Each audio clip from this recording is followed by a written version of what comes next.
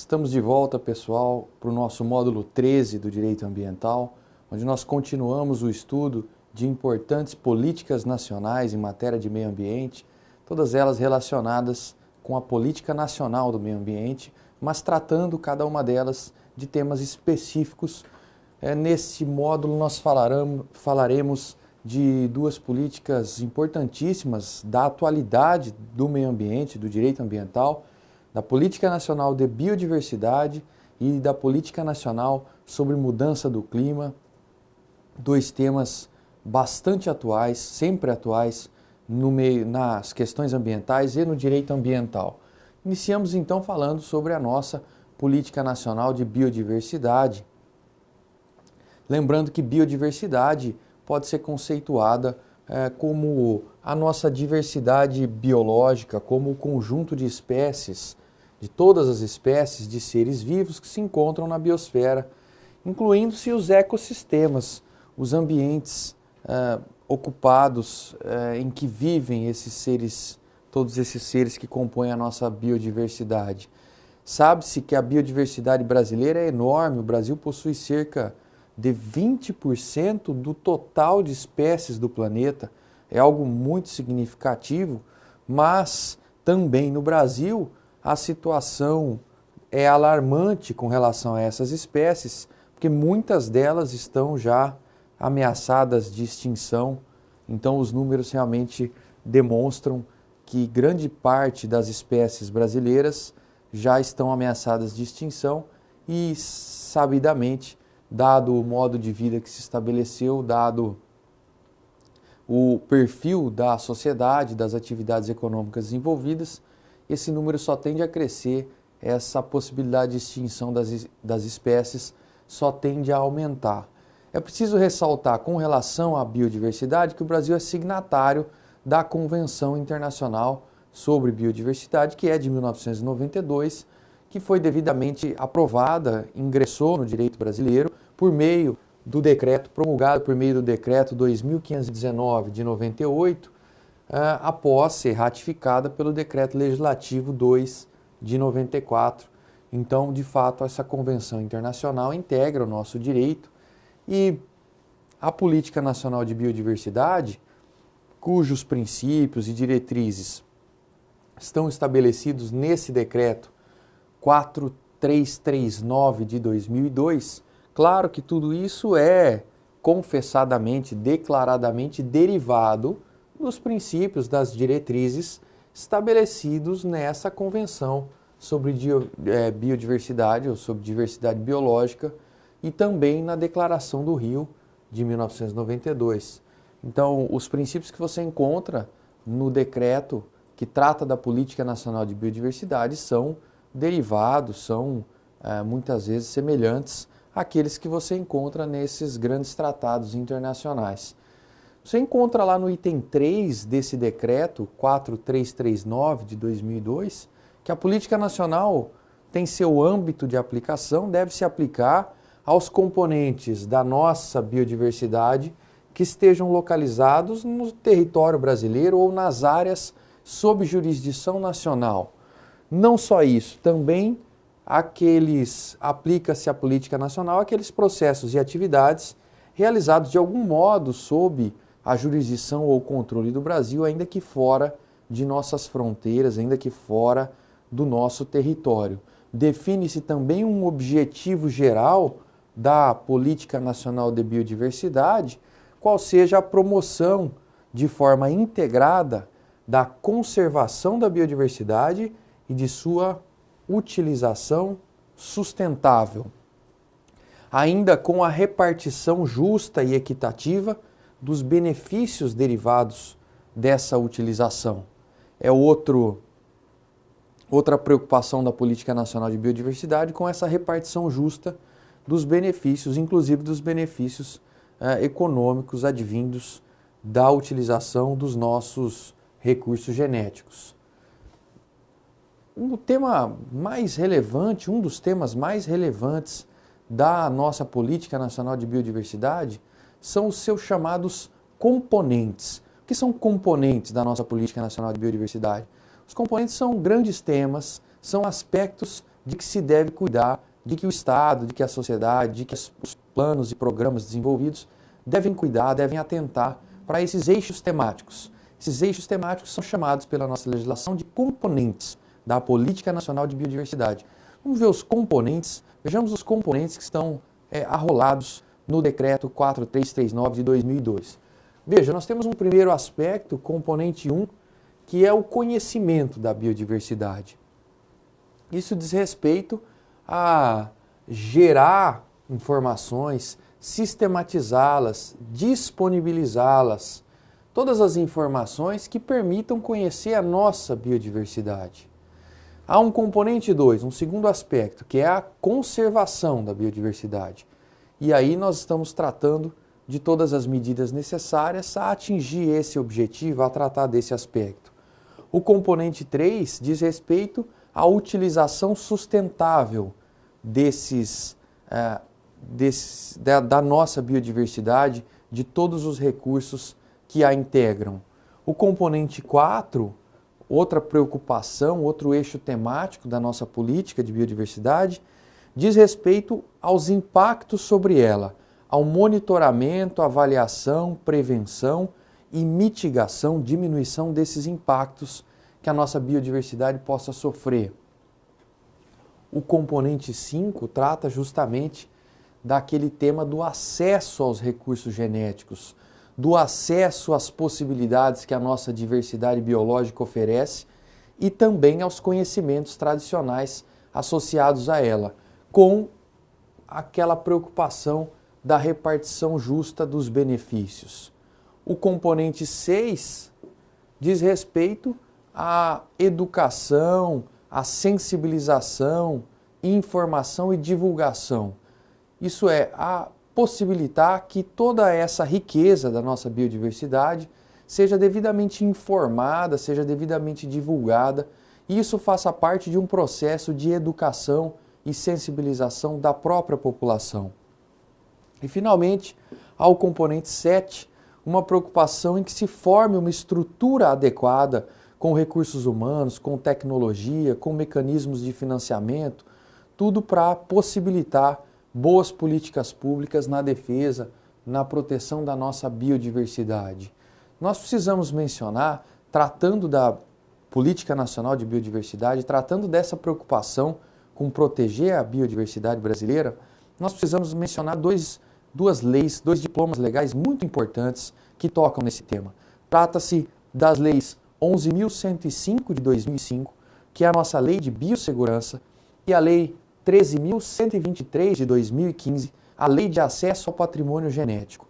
Vamos começar traçando alguns temas importantes, algumas observações importantes sobre a primeira delas, a lei 11.105, que é a lei de biossegurança no Brasil. Essa lei estabelece normas de segurança e mecanismos de fiscalização para qualquer tipo de atividade relacionada aos chamados OGM, ou organismos geneticamente modificados, e os seus derivados. Com a finalidade de se garantir um controle sobre isso, a lei determina que atividades e projetos que envolvam esses organismos geneticamente modificados devem se submeter aos preceitos da lei, à sua regulamentação, e aquelas pessoas que realizem essas atividades são evidentemente responsáveis por isso. Então, a Lei 11.105 de 2005, Lei de Biossegurança, trata desse controle, dessa regulamentação das atividades relacionadas aos organismos geneticamente modificados. Exige-se, pelas disposições da lei, exige-se que todas as organizações que financiem ou que patrocinem essas atividades imponham como requisito a apresentação de um documento, que é um certificado de qualidade em biossegurança, emitido pela CTN-Bio, um órgão de que nós vamos falar já, sob pena de serem essas organizações financiadoras também responsáveis por eventuais consequências, por eventuais efeitos dessas atividades com organismos geneticamente modificados. Veja que há uma distinção importante na lei entre a atividade de pesquisa e atividade de uso comercial dos organismos geneticamente modificados. Ambas tratam de várias espécies de atos, de atividades, tratam de construção, cultivo, manipulação, transporte, transferência, importação, exportação, armazenamento, liberação, tudo isso em relação aos organismos geneticamente modificados, tanto num caso como no outro. A diferença é que a atividade de pesquisa é realizada num âmbito experimental, é realizada num primeiro momento com esse caráter experimental, o que não se encontra na atividade de uso comercial e por isso ela tem um conceito, digamos, residual, excludente. Aquilo que não é atividade de pesquisa, que não se enquadra como atividade de pesquisa, é para fins para os efeitos jurídicos que se pretende, é atividade de uso comercial. Essa é uma distinção importante. O mais polêmico, talvez, o mais conhecido dispositivo da lei é o artigo 5º da Lei de Biossegurança, que permite expressamente, para fins de pesquisa e terapia, a utilização de células-tronco embrionárias obtidas de embriões humanos produzidos por fertilização in vitro e não utilizados no respectivo procedimento, desde que esses embriões sejam comprovadamente inviáveis ou congelados há 3 anos ou mais na data de publicação da lei, ou que já congelados na data de publicação da lei, depois de completarem 3 anos contados a partir da data de congelamento. Quer dizer que nessas condições é possível a realização de pesquisa e de terapia com a utilização de células-tronco embrionárias. Esse tema veio à tona, esse tema foi muito falado no noticiário em geral e no meio jurídico, porque o Supremo apreciou a constitucionalidade desse artigo 5º na ação direta de inconstitucionalidade 3.510 e, na ocasião, julgou improcedente a ação, reconheceu a constitucionalidade do artigo 5º e reafirmou alguns entendimentos, como, por exemplo, a proteção constitucional da vida humana, a possibilidade jurídica de que as pesquisas científicas se utilizem das células-tronco embrionárias, a existência de graus de proteção diferentes do direito à vida, a depender do estágio de que se cuide, se o estágio é de embrião, se é de feto, se é já de pessoa humana.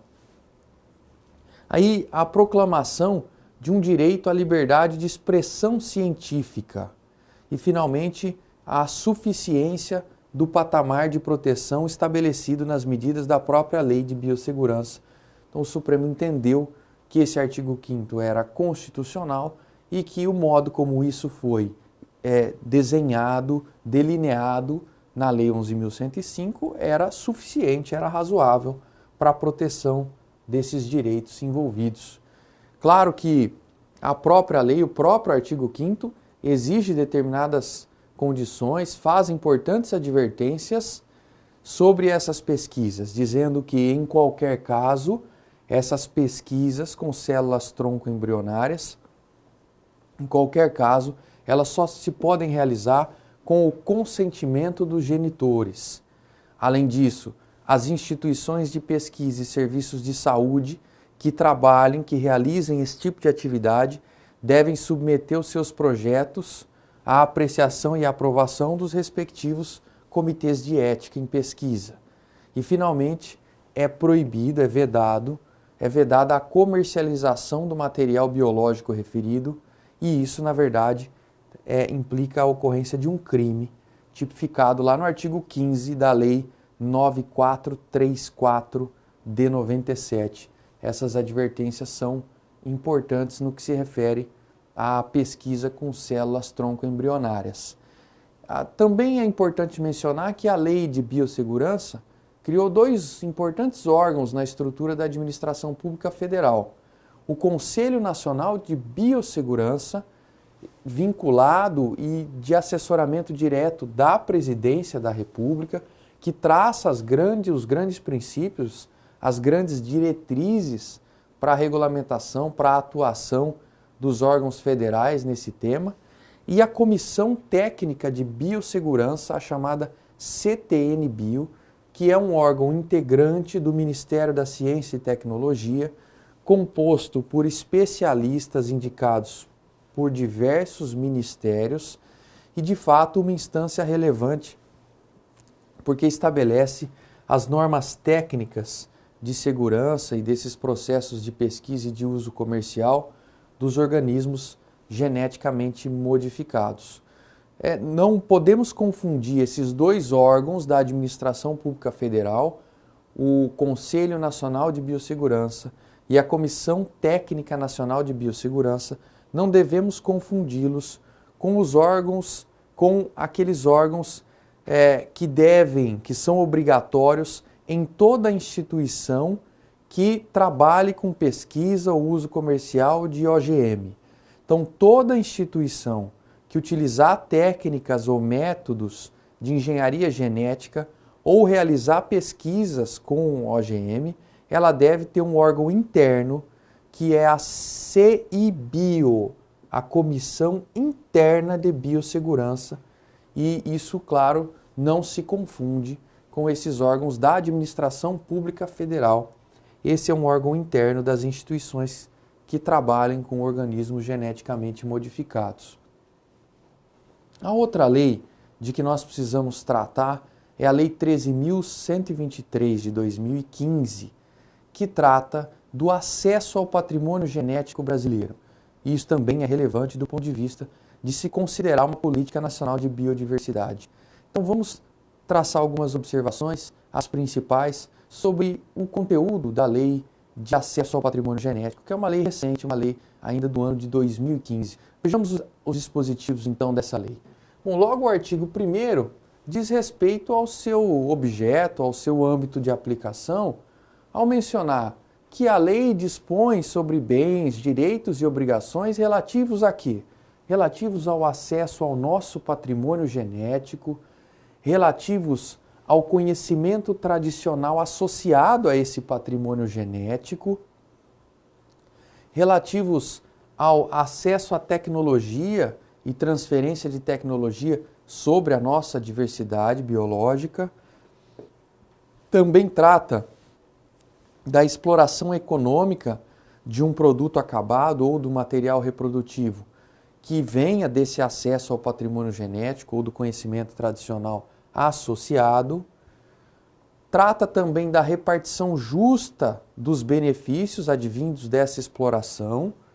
Trata da remessa para o exterior de parte ou do todo de organismos, de espécies da nossa diversidade. E, finalmente, trata da implementação de tratados internacionais sobre os temas do patrimônio genético e do conhecimento tradicional associado a isso.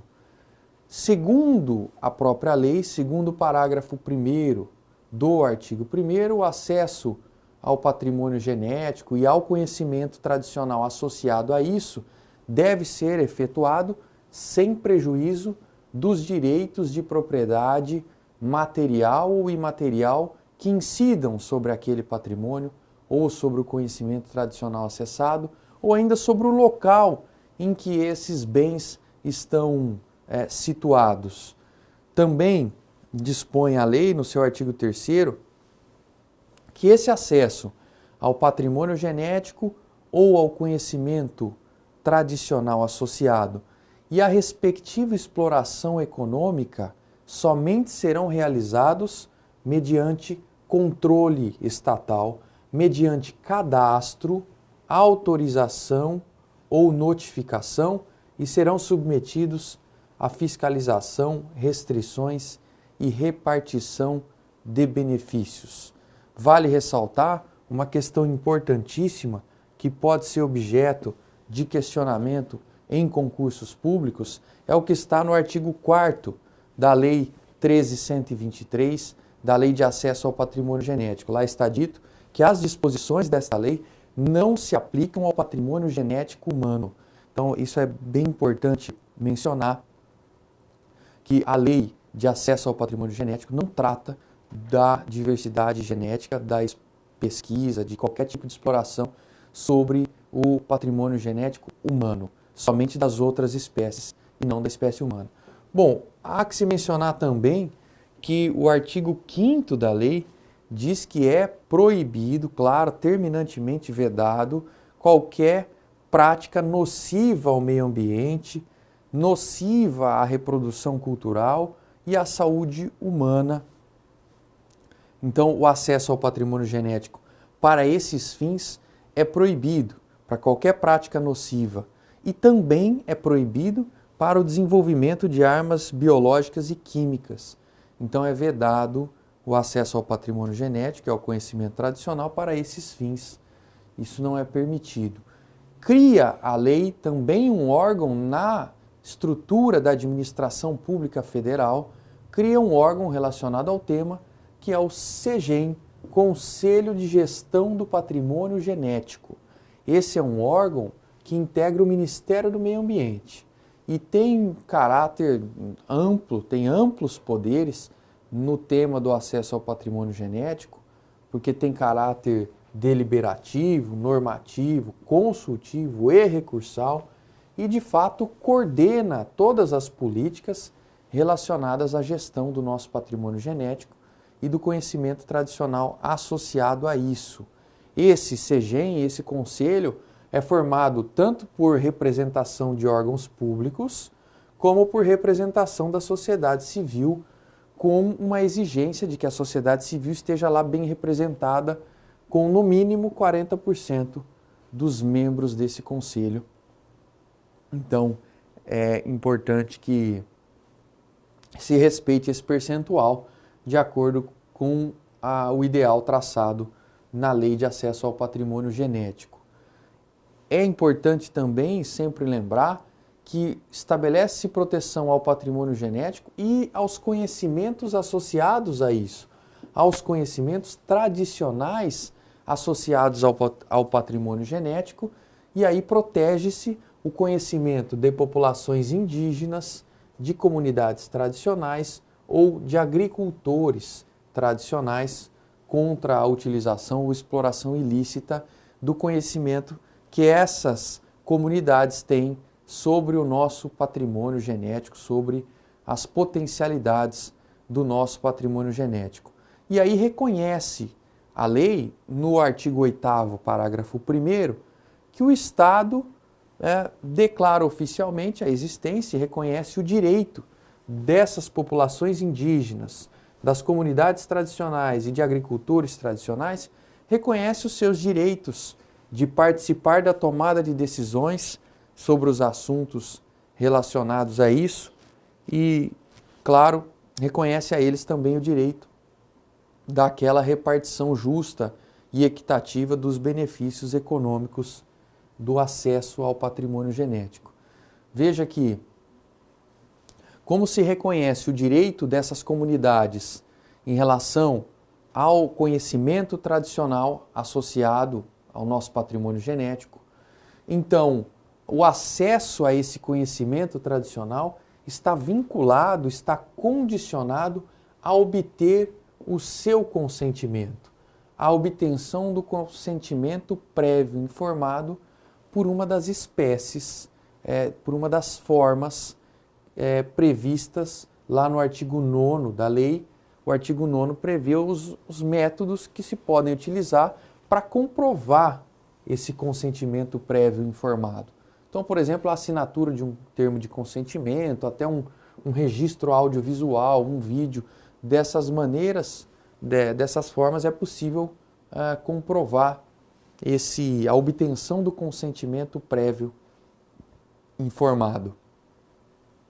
Finalmente, o artigo 10, que arrola os direitos dessas comunidades, dizendo que às populações indígenas, às comunidades tradicionais, aos agricultores tradicionais, a lei garante esses direitos, ter reconhecida sua contribuição para o desenvolvimento e a conservação do nosso patrimônio genético, ter indicada a origem do acesso a esse conhecimento tradicional, receber benefícios pela exploração econômica por terceiros desse conhecimento tradicional, participar do processo de tomada de decisão sobre esses temas, usar e vender livremente os produtos que contenham o patrimônio genético ou o conhecimento tradicional.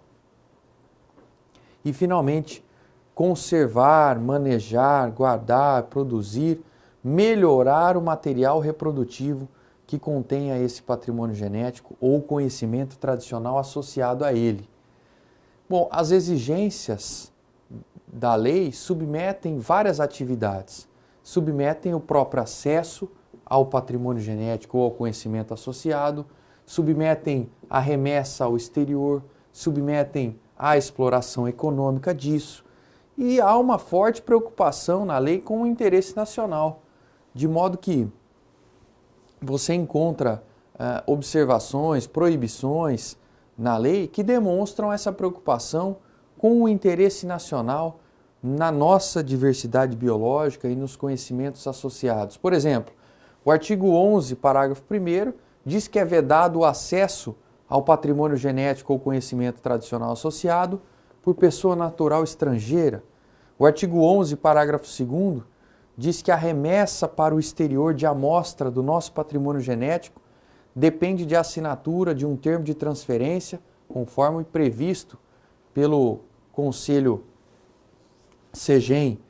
A conservação fora do local de uma amostra do nosso patrimônio genético encontrado no seu habitat natural deve ser preferencialmente realizada no território nacional. São normas que demonstram uma preocupação com esse interesse nacional na conservação e no acesso ao nosso patrimônio genético e aos conhecimentos tradicionais associados. Finalmente, é preciso deixar marcado, assentado, que há duas grandes preocupações estabelecidas na Lei de Acesso ao Patrimônio Genético, na Lei 13.123 de 2015. Essas duas grandes preocupações são com o controle e o cadastramento das atividades de acesso ao nosso patrimônio genético e ao conhecimento tradicional associado e a repartição dos benefícios oriundos dessas atividades. São as duas grandes preocupações que se observam na Lei 13.123. O segundo tema desse nosso módulo trata de algo que é muito atual no direito ambiental, algo que é muito atual nas questões ambientais, nos debates sobre meio ambiente, que é o aquecimento global. Então, dada a urgência desse tema, dado o reconhecimento internacional desse problema, o Brasil editou também uma legislação, editou sua lei sobre o tema da mudança do clima, o tema das mudanças climáticas. E foi editada, então, a Lei 12.187 de 2009, que institui a nossa Política Nacional sobre Mudança do Clima, e é sobre ela que nós vamos tratar nessa segunda parte do nosso módulo, Política Nacional sobre Mudança do Clima. Instituída, então, pela Lei 12.187 de 2009.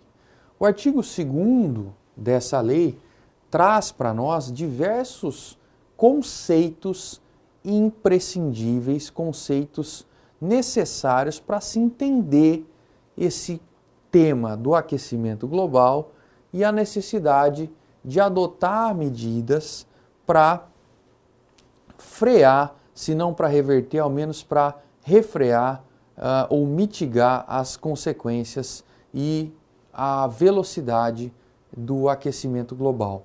Então, o artigo 2º traz aí diversos conceitos importantes, dentre os quais nós podemos destacar, por exemplo, emissões. Emissões são liberações de gases de efeito estufa e seus precursores na atmosfera, numa área específica e num período determinado. Um outro conceito importante, fonte. Fonte é todo processo ou atividade que libere na atmosfera gás de efeito estufa, aerossol ou precursor de gás de efeito estufa.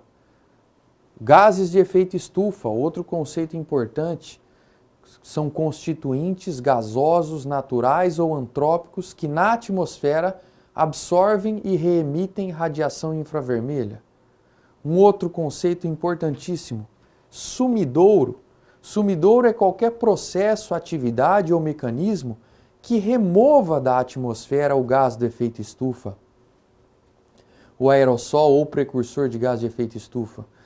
Então, são conceitos importantíssimos para se entender esse tema e definidos na lei já para propiciar os efeitos jurídicos desejados no tratamento das diversas questões relacionadas às mudanças climáticas.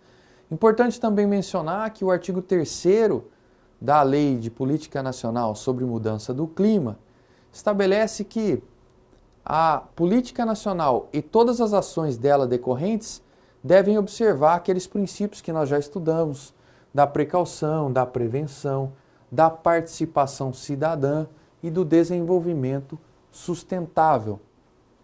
Além disso, refere-se a um princípio específico, a um outro princípio, que é o das responsabilidades comuns, porém diferenciadas. Válido este princípio no âmbito internacional. Esse princípio das responsabilidades comuns, porém diferenciadas, é muito importante na relação entre as nações, porque, evidentemente, todas elas têm responsabilidade sobre o tema da mudança climática, embora as suas responsabilidades sejam de algum modo diferenciadas, já que as suas economias são diferentes, já que as suas emissões de gases de efeito estufa são bastante diferentes, e é por isso que se frisa esse princípio da responsabilidade comum, porém diferenciada das diversas nações, dos diversos países. Voltando à Lei de Política Nacional sobre Mudança do Clima, estão arrolados os seus objetivos lá no artigo 4º. São aqueles objetivos gerais de compatibilizar o desenvolvimento econômico com a proteção do sistema climático, de reduzir as emissões de gases de efeito estufa, de fortalecer as remoções desses gases de algum modo, de implementar medidas de adaptação à mudança do clima, de preservar, recuperar recursos ambientais, especialmente os grandes biomas brasileiros, de consolidar e expandir áreas protegidas e, finalmente, de estimular o desenvolvimento do mercado brasileiro de redução de emissões, conhecido por essa sigla MBRE. Nós já vamos também tratar desse tema. É importante frisar também que há vários compromissos internacionais assumidos pelo Brasil. E os compromissos assumidos pelo Brasil na Convenção Quadro da ONU sobre Mudança do Clima, no Protocolo de Quioto e em outros documentos sobre esse tema, devem funcionar como as grandes diretrizes da nossa política nacional. Isso está expresso no artigo 5º, inciso 1º dessa Lei 12.187 de 2009. É verdade que os instrumentos da política nacional sobre mudança do clima estão basicamente relacionados a duas questões. Trata-se, na verdade, de um lado, da estruturação de planos sobre esse tema e, de outro lado, do estabelecimento de mecanismos de incentivo econômico ao desenvolvimento de tecnologias, de métodos que contribuam para a redução das emissões e, evidentemente, também para o aumento das remoções dos gases de efeito estufa. Então, basicamente, são duas linhas de instrumentos, uma relacionada aos planos, outra relacionada ao incentivo econômico dos agentes privados que devem agir nesse sentido. Ainda é importante mencionar que o artigo 8º da Lei de Política Nacional expõe que as instituições financeiras oficiais devem ter linhas de crédito e de financiamento específicas para essas ações da Política Nacional de Mudança do Clima. Também, voltando a mencionar aquele instituto, prevê-se a organização do MBRE, Mercado Brasileiro de Redução de Emissões, que nada mais é do que um ambiente de comercialização de papéis, de negociação de títulos mobiliários que representem as emissões de gases de efeito estufa evitadas, devidamente certificadas por um órgão autorizado para isso. Então, nada mais é do que um documento, um papel semelhante a uma ação que pode ser negociado e porque representa uma emissão de gás de efeito estufa evitada. Nada mais é do que aquilo que você ouve no noticiário, as pessoas chamando de créditos de carbono. É algo que pode ser negociado no mercado.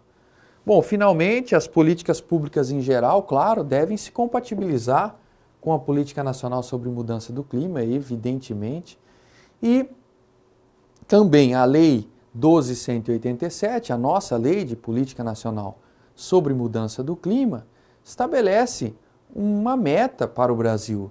Estabelece que o Brasil adotará como um compromisso nacional voluntário ações para mitigar as emissões de gases de efeito estufa, pretendendo reduzir nesse percentual entre 36,1% e 38,9% suas emissões projetadas até 2020.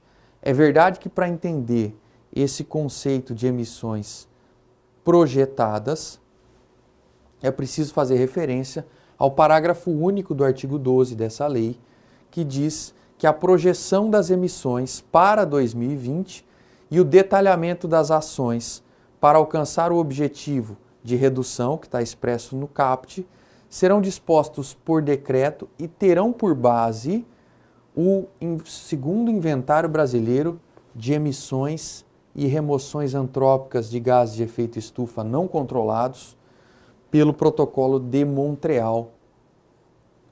Então, aqueles gases que não são controlados, não estão controlados lá pelo Protocolo de Montreal, as emissões e remoções desses gases devem estar nesse inventário brasileiro, nesse segundo inventário brasileiro.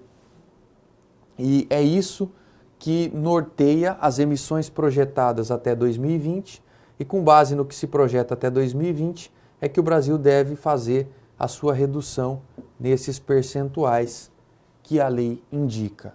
Então, eram essas as observações sobre essa outra importante política nacional, a Política Nacional de Mudança do Clima, e nós voltamos no próximo módulo tratando de outra relevantíssima política nacional, que é a Política Nacional de Resíduos Sólidos. Até lá!